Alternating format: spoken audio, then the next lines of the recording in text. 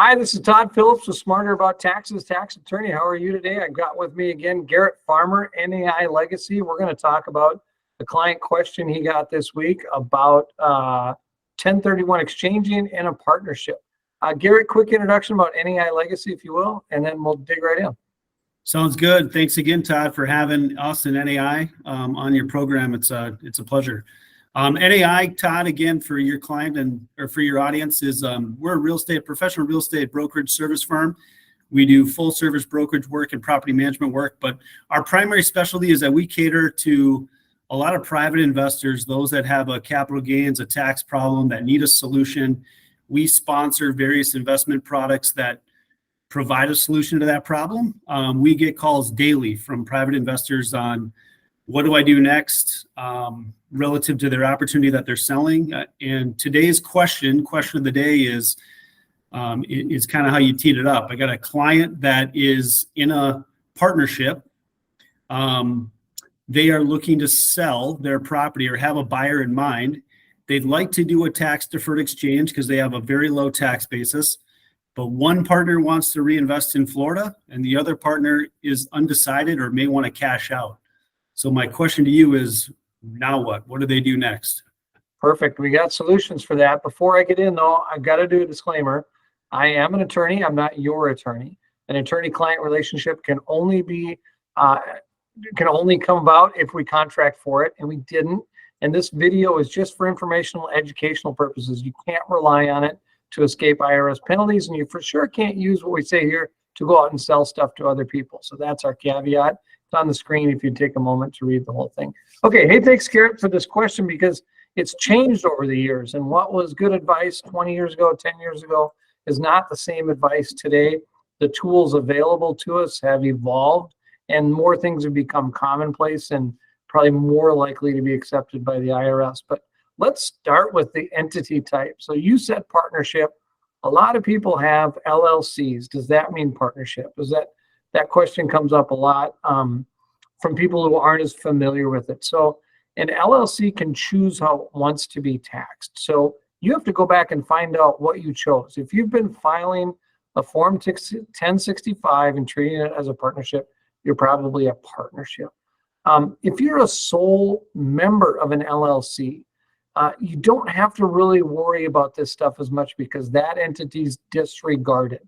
So yes, technically it's kind of like a partnership and it's kind of like a sole proprietorship, but it's disregarded. So we're not going to talk about those. Only the LLCs with multiple members or partnerships with multiple partners. So Garrett, you had asked me offline, what about if it's an S Corp? And I'm not going to get into that here. If you own real estate in an S Corp, you're probably going to want to file a lawsuit against somebody for malpractice because that's really bad. Yeah. But it doesn't mean we haven't seen it. Doesn't mean we can't work around it. But oof, you got a whole different set of issues. That's an offline conversation. So we're going to limit it to partnerships. LLCs taxed as a partnership with two or more owners. Okay. Perfect. So why can't we just do a 1031 exchange? That should be the first question, right? We own this partnership interest and we want to exchange it for something else. When 1031 was written, that's section 1031 of the tax code. When you hear us geeks talk about different code section numbers, they actually mean something. So if you're in the sections that start with a 700s, also called subchapter K, that's partnership rules. So if I throw out a number that starts with a 7, I'm talking about partnership tax. If I throw out 1031 or 1030 or 1033 or 1045, we're talking about property. So it's interesting. There actually is a rhyme or reason to it. I'm not just throwing these out for no reason. But anyway, so we're in the 700s when we talk about the partnership rules. 1031 exchange is property. 1031 exchange says you cannot exchange a partnership interest. So that's a big no-no. And right out of the gate, you think, okay, I own a partnership interest. I can't 1031 exchange. So there's two solutions. The old solution, Garrett, is you're well familiar with in your business because it happens a lot, is what people call in commonplace a drop and swap. So we take the real estate out of the partnership. So now we hold the real estate directly, and then we can exchange that real estate. If you have two partners, what people will use is a tenant in common ownership interest. My very first law school course was on property law. And my teacher was very famous for talking about the bundle of rights, like as a bundle of sticks. Your bundle of sticks maybe has 60 sticks in your giant bundle. And with real estate, you can pick and choose how you want those bundle of rights to be applied. There's a whole lot of options. It's just like partnership taxation. There's a lot of things you can pick and choose from. So in that, you can choose to own real estate as tenants in common or as joint tenants. If you choose to own it as tenants in common, if Garrett and I, you and I are owners as tenants in common, we both own an undivided interest. I'm not going to go into what that means. What it means, however, is we can 1031 exchange and go our separate ways. Okay, we don't own a partnership. We own an undivided interest in that real estate. So people will take that real estate out of the partnership, drop it, turn it into a tenant in common structure from whatever it was before. And now you can take those pieces and you can do what you want with them at the closing table. So one partner sells his interest and enters into a 1031 exchange. Another, I shouldn't say partner, the other owner takes theirs and cashes out on the closing statement and gets cash. If you're going to exchange, make sure you don't touch the cash and try to do something else with it. Okay, so that, Garrett, you've probably seen that a few times in your career. Yeah, we've actually done quite a few drop and swaps, or at least, not ourselves, but working alongside of our sort of, relationships with attorneys and people like yourself, Todd, in the context of our business. But that does seem to be the solution du jour, or at least the solution option that we've probably seen here the most widely discussed, is taking the real estate out of the partnership, putting it into a tenant in common format, which then gives the two partners in this case. Now, there might be, at some point, it doesn't matter how many partners there are, but this gives each partner the most, I guess, flexibility. Would that be the right word? I think then go do what they want to do. You get outside of the regs if you have more than 35. Okay, not regs, but there's a revenue procedure that allowed this. Not come across a 35-person partnership yet. It's probably been between 2 and call it 5. And a lot of times they're siblings and they're family members, right? So wait till we form our REIT and we have a giant operating partnership, Garrett. Yeah, exactly. So when you do that, it brings up a couple of issues, though, that the IRS can contest. You do it all in one day, so that's how these transactions work. So in the morning, you drop it out, you record the tenant in common deed. Not even sure you record it, but you create it. Then you sell it as tenants in common, all in one kind of transaction. And the IRS has this thing they rely on called step transactions. So they then look at it as combining everything together into one transaction. If it was all contemplated as one transaction, they have the ability to sort of view it as one thing. And then they say form over substance or substance over form, whichever one suits their needs for the day. And they say that's just one transaction and you actually exchanged a partnership interest. Therefore, you can't do it. Now, it's worked before a lot in the past, and I believe it's passed audit. But what we want, a better solution for that, is to keep the real estate in the partnership.